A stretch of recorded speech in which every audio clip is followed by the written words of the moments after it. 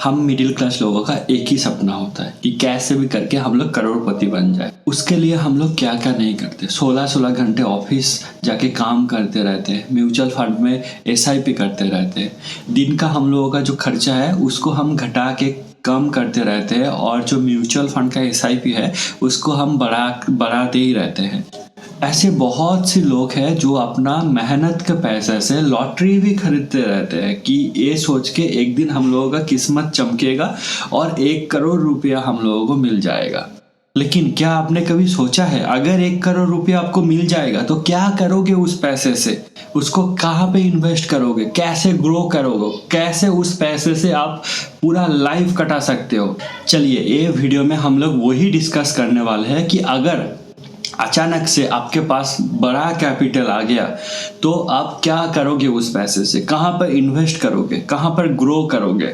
और उसके साथ साथ हम लोग ये भी डिस्कस करेंगे अगर आपका लॉटरी मिल जाए तो उसके बाद आपको क्या क्या करना है और क्या क्या नहीं करना है। ये ध्यान से देखिएगा क्योंकि एक बार आपका लॉटरी कंफर्म हो गया तो ये चीज़ आपको नहीं करना है, नहीं तो आपका 15 से 13 लाख तक घाटा हो सकता है।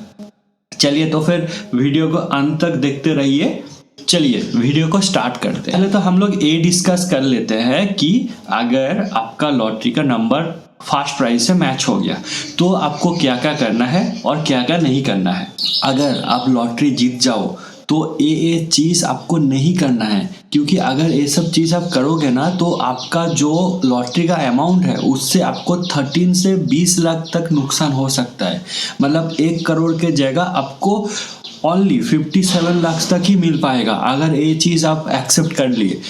तो चलिए वीडियो को स्टार्ट करते हैं और डिस्कस करते हैं कि क्या क्या चीज़ लॉटरी जीतने के बाद आपको फॉलो करना चाहिए। उसके बाद डिस्कस करेंगे कि अगर 1 करोड़ आपका बैंक अकाउंट में आ गया उसके बाद आपका वो अमाउंट कहाँ पर इन्वेस्ट करना है और कैसे आप उस पैसे से अपना पूरा लाइफ सर्वाइव कर पाओ। चलिए तो फिर वीडियो को स्टार्ट करते हैं और फर्स्ट हम डिस्कस कर लेते हैं अपना पहला टॉपिक, जो कि है एक बार आपका लॉटरी का नंबर आ जाए तो आप क्या क्या करोगे। फर्स्ट, जब आप लॉटरी का टिकट फर्स्ट प्राइज का जो टिकट है उससे कंफर्म करोगे ना, तब देखना आपके पास कॉल आना स्टार्ट हो जाएगा। कोई आपको बोलेगा कि मैं अभी तुरंत ही आपको 70 लाख कैश दे रहा हूँ, आप एक काम करिए, जो लॉटरी का टिकट है वो हमको दे दीजिए।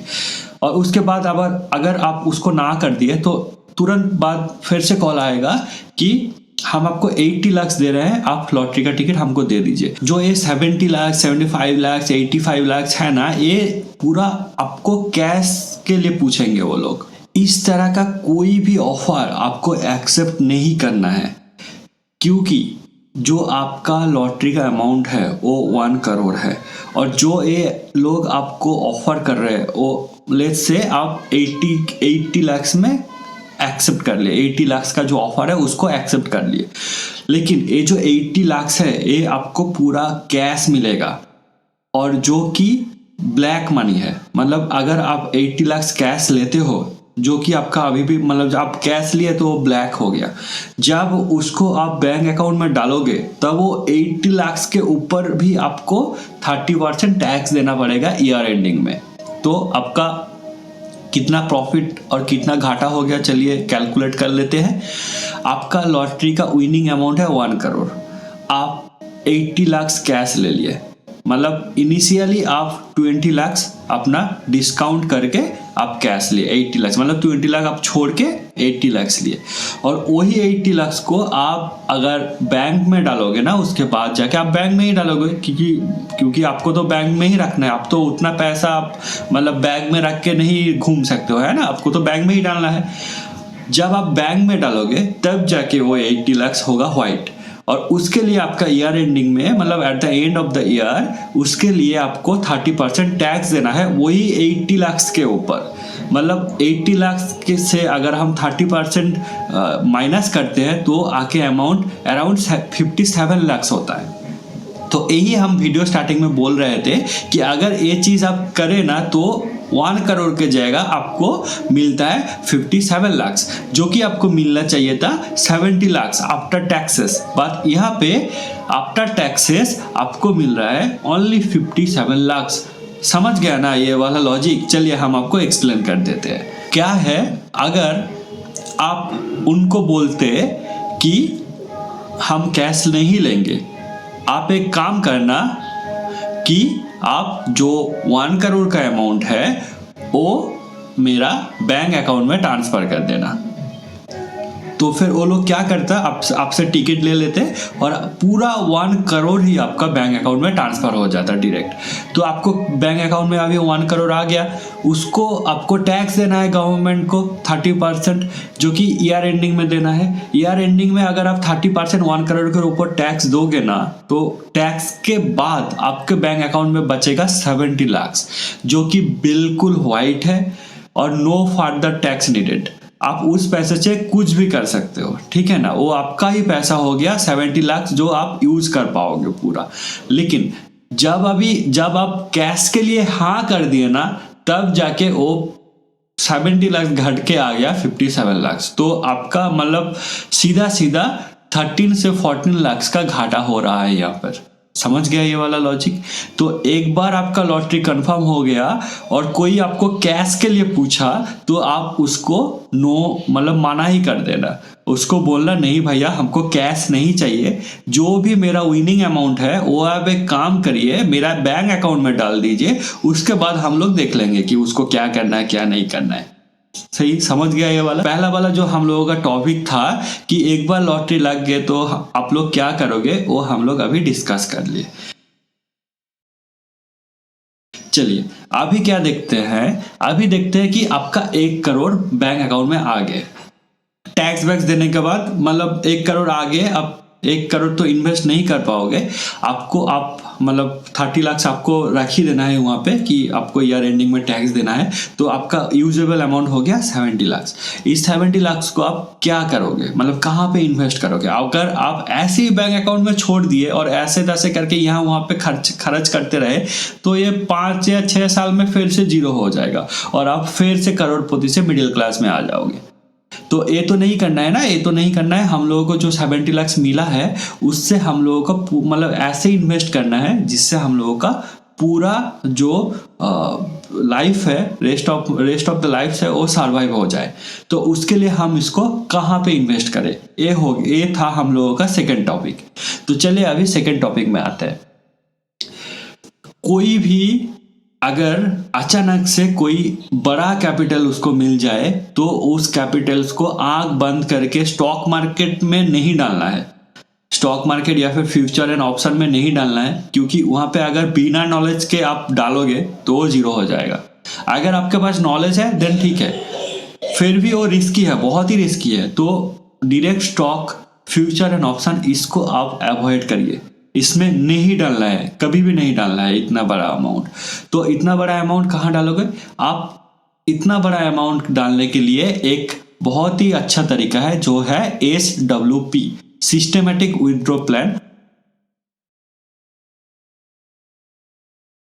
या फिर बहुत सारा गवर्नमेंट एन्युइटी प्लान्स भी होता है, जो जहाँ पे भी आप ये अमाउंट डाल सकते हो और उससे रेगुलर इनकम जनरेट कर सकते हो हर महीने। और ये कब तक कर सकते हो? जब तक आपका पूरा पैसा ही खत्म ना हो जाए। और यहाँ पे एक ट्विक है, मतलब आप सोच रहे हो कि मेरा 70 लाख मैं डाल दिया और उससे मैं पैसा उठाते रहे, तो इसमें मेरा फायदा क्या है? फायदा है, क्योंकि जो आप 70 लाख इसमें डाल रहे हो, वो जब आप उठा रहे हो ना, वो आपका 70 लाख ऊपर से नहीं उठ रहा है। ये जो 70 लाख आप डाल रहे हो उससे भी आपको इंटरेस्ट मिलेगा। ये इंटरेस्ट डिपेंड करता है कि आप कौन सा फंड चूज करते हो। अगर आप HW का इक्विटी चूज करते हो तो ये इंटरेस्ट वैरी करते हैं 10 to 12% पे।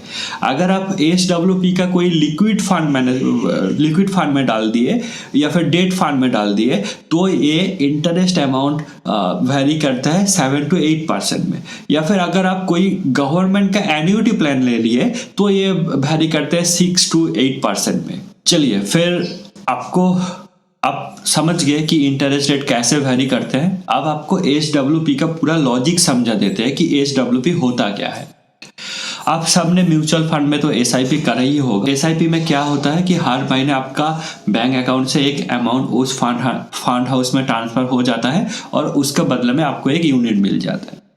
ठीक है, ये हो गया एसआईपी। और अगर आपका जो टारगेट है वो अचीव हो गया तो आप एसआईपी मतलब वो जो म्यूचुअल फंड है उसको आप बेच के पैसा ले सकते हो। लेकिन एचडब्ल्यूपी होता क्या है? एचडब्ल्यूपी होता है अगर आपके पास कोई बड़ा अमाउंट हो गया तो आप कोई भी एक म्यूचुअल फंड जो एचडब्ल्यूपी वाला म्यूचुअल फंड है उसको आप आपका रिस्क के हिसाब से, अगर आप इक्विटी में रिस्क लेना चाहते हो तो आप इक्विटी का एचडब्ल्यूपी सिलेक्ट कर लिए और वहाँ पे आपका अमाउंट डाल दिए। और एचडब्ल्यूपी में क्या होता है, अगर आप अमाउंट डालोगे तो आपको चूज करना होता है कि आप वहाँ से कितना अमाउंट मंथली आप अपना बैंक अकाउंट में डालते हो। मतलब एसआईपी पे होता है आपका बैंक अकाउंट से फंड हाउस का बैंक अकाउंट में पैसा ट्रांसफर होता है। और एचडब्ल्यूपी में ऐसा होता है कि फंड हाउस से जो आपका पैसा फंड हाउस में है वहाँ से एक अमाउंट हर महीने आपका बैंक अकाउंट में ट्रांसफर होता है। तो मतलब ये एक रेगुलर इनकम की तरह है कि आप हर महीने 30,000, 20,000, 10,000 जो भी आप सिलेक्ट करोगे वो पैसा आपको मिलता रहेगा। कब तक मिलता रहेगा? जब तक जो आपका इनिशियल अमाउंट है वो खत्म ना हो जाए। एचडब्ल्यूपी का लॉजिक शायद आपको समझ में आ गया। चलिए हम स्क्रीन में चल के देखते हैं कि ये कैसे काम करता है। ठीक है, ये मान के चलते हैं जो 70 लाख है वो आप कोई भी फंड हाउस ढूंढ के उसका एचडब्ल्यूपी प्लान में इन्वेस्ट कर दिए। ठीक है, जो मतलब इनकम है, जो आप विड्रॉल का सिस्टम है वो आपको चूज करना होता है नेक्स्ट मंथ से। लेकिन आप थोड़ा सा रुक जाइए यहाँ पे। अगर आप नेक्स्ट मंथ से विड्रॉ करते ही रहेंगे ना तो ये जो अमाउंट है ये आपका जल्दी खत्म हो जाएगा। यहाँ पे हम आप लोगों को एक ट्रिक बताते हैं। मानो कि आप 70 लाख इन्वेस्ट कर दिए, उसके बाद आप 2-3 साल तक कुछ भी अमाउंट वहां से विड्रॉ मत करिए। आप उसको 2 या 3 साल तक बढ़ने दीजिए और 1-3 साल कंप्लीट होने के बाद आप विड्रॉ करना स्टार्ट कर लीजिए। चलिए, इसका जो डिफरेंस होगा ना, एक अमाउंट डाल के तुरंत ही विड्रॉ स्टार्ट कर देने से और अमाउंट डाल के 2-3 साल वेट करने के बाद विड्रॉ स्टार्ट करने पे जो डिफरेंस होगा ना, चलिए हम आप लोगों को स्क्रीन पे शेयर करते हैं। अभी पता चल जाएगा कि कितना करोड़ का डिफरेंस आ जाएगा वहां जहाँ पे आप 70 लाख इन्वेस्ट करोगे और आप तुरंत ही विड्रॉल स्टार्ट कर दोगे। चलिए देखते हैं इस केस में आप 30 इयर्स के बाद कितना अमाउंट आपका मिलेगा और कितना अमाउंट पहले से आप विड्रॉ कर चुके होंगे। चलिए हम HWP कैलकुलेटर टाइप कर लिए स्क्रीन पे। अभी हम इसको ओपन कर लेते हैं न्यू टैब में और यहाँ पे हम एक काम करते हैं। हम लोगों का इनिशियल इन्वेस्टमेंट अमाउंट 70 लाख है, तो यहाँ पे हम देते हैं 70 लाख हो गया।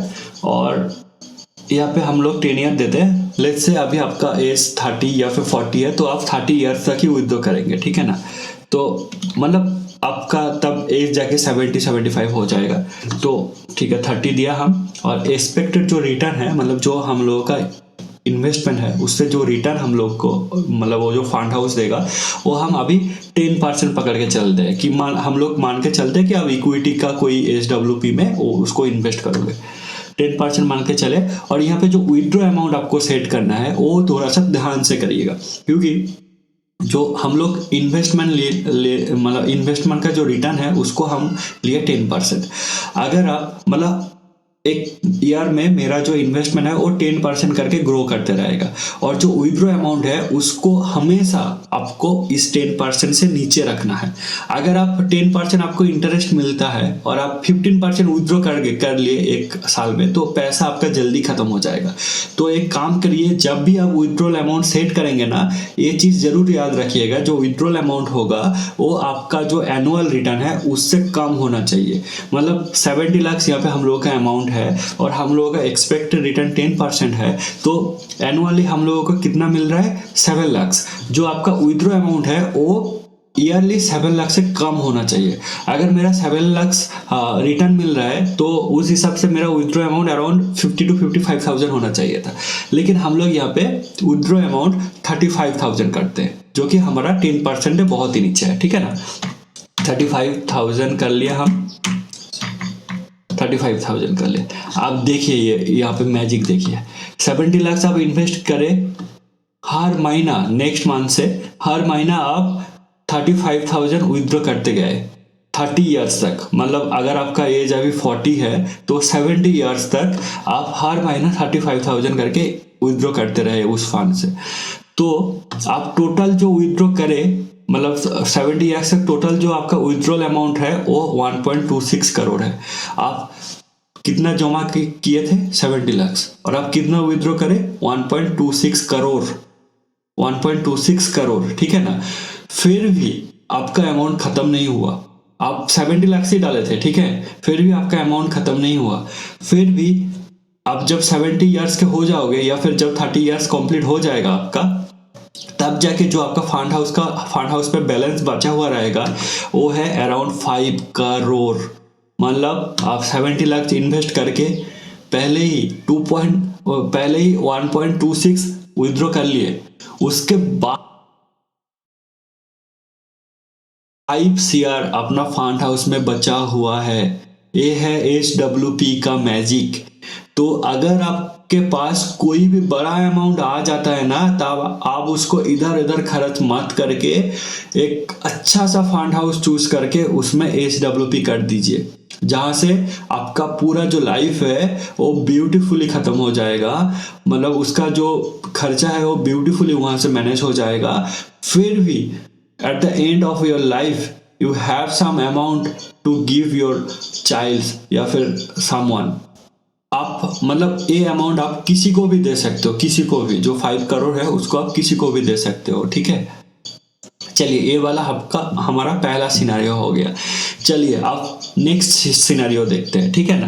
नेक्स्ट सिनेरियो में क्या है? नेक्स्ट सिनेरियो में है कि हम जो 70 लाख है वो हम इन्वेस्ट तो कर देंगे, लेकिन उसका जो विड्रॉल है वो हम 2 साल या फिर 3 साल बाद से करेंगे। चलिए उसको देख लेते हैं।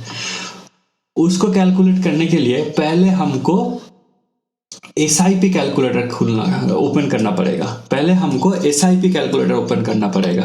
आप सोच रहे हो SIP क्यों? क्योंकि जो हमारा इन्वेस्टमेंट अमाउंट है वो पहले 2 साल तक तो हम विड्रॉ नहीं किए, तो हम उसको लामसम इन्वेस्ट करें 2 साल तक या फिर 3 साल तक, तो उसका 3 साल बाद कितना अमाउंट होता है वो भी तो कैलकुलेट करना होता है ना। मतलब उसका जो रिटर्न मिला के कितना अमाउंट होगा वो कैलकुलेट कर लेते हैं पहले।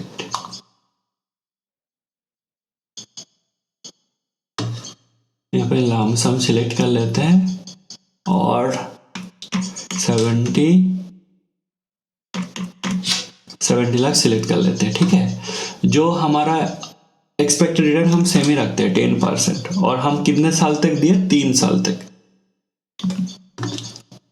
3 साल बाद अगर ये जो टाइम हॉराइजन है ये आपका मतलब फिनेंशियल कंडीशन के हिसाब से आप ऊपर नीचे कर सकते हो, तो हम यहाँ पे 3 साल पकड़ के ही चल रहे हैं। साल में 10% करके हमारा रिटर्न हमको मिला, तो जो हमारा 70 लाख है वो बन जाएगा 93 लाख रुपया। तो अभी जो हम HWP करेंगे वो किसके ऊपर करेंगे? 70 लाख के ऊपर नहीं, वो हम करेंगे 93 लाख के ऊपर। चलिए अभी हम HWP कैलकुलेटर में जाते हैं।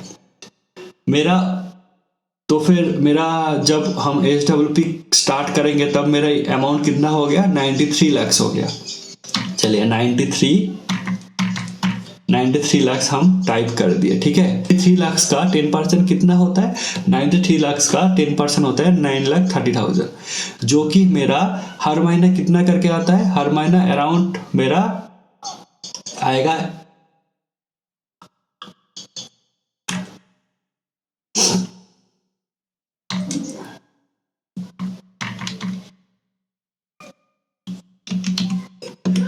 जो कि मेरा हर महीने आता है 77,500 करके, ठीक है। अभी हम लोग क्या करते हैं, 77,500 हम पूरा विड्रॉ नहीं करेंगे। हमारा वही रूल है कि 10% से थोड़ा कम होना चाहिए, तो हम इसको 50,000 में सेट कर देते हैं।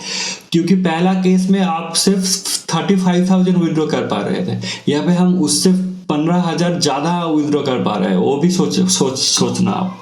तो हम इसको कर देते हैं 50,000।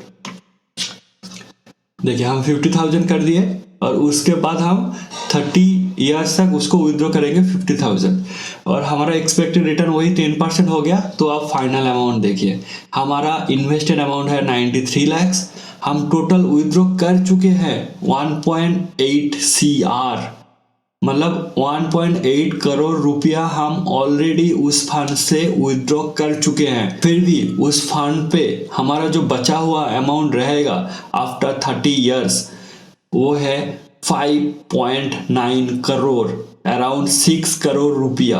तो दोनों में आप डिफरेंस देख सकते हो ना। आपको ज्यादा नहीं, सिर्फ 3 साल वेट करना है। 3 साल वेट करने के बाद आपका जो विड्रॉल अमाउंट हर महीना है वो भी 15,000 करके हम लोग बढ़ा लिए, और जो at the end of 30 years जो फंड है वो वहां पे आ रहा था अराउंड 5 करोड़, लेकिन यहाँ पे आ रहा है अराउंड 6 करोड़। मतलब सीधा सीधा 1 करोड़ का फायदा हो गया फंड हाउस में, और हम यहाँ पे विड्रॉल भी ज्यादा कर रहे हैं। अगर आप देखेंगे, अगर आप 3 साल वेट करोगे तो आपको 2 से 2.5 करोड़ रुपया एक्स्ट्रा मिलेगा ये फंड SWP से। समझ में आ गया ना इसका SWP का मैजिक। चलिए, तो फिर आप लोग देख ही लिया कि अगर आप तुरंत बाद ही विड्रॉ करना स्टार्ट करोगे तब जाके आपका अमाउंट कितना होता है, और अगर आप 2-3 साल वेट करने के बाद विड्रॉ करना स्टार्ट करोगे तब जाके आपका अमाउंट कितना होता है, और ये कितना दिन तक चल पाएगा। ठीक है ना। अगर ये वीडियो आपको थोड़ा सा भी इंफॉर्मेटिव लगा, या फिर आपका कुछ हेल्प हो गया यहाँ से, या फिर आपको कुछ नॉलेज मिल गया यहाँ से, तो प्लीज़ इसको शेयर कीजिए, लाइक कीजिए और सब्सक्राइब कीजिए, क्योंकि हम इस तरह का वीडियो और भी लाने वाला है नेक्स्ट डेज में। चलिए, तब तक के लिए जय हिंद।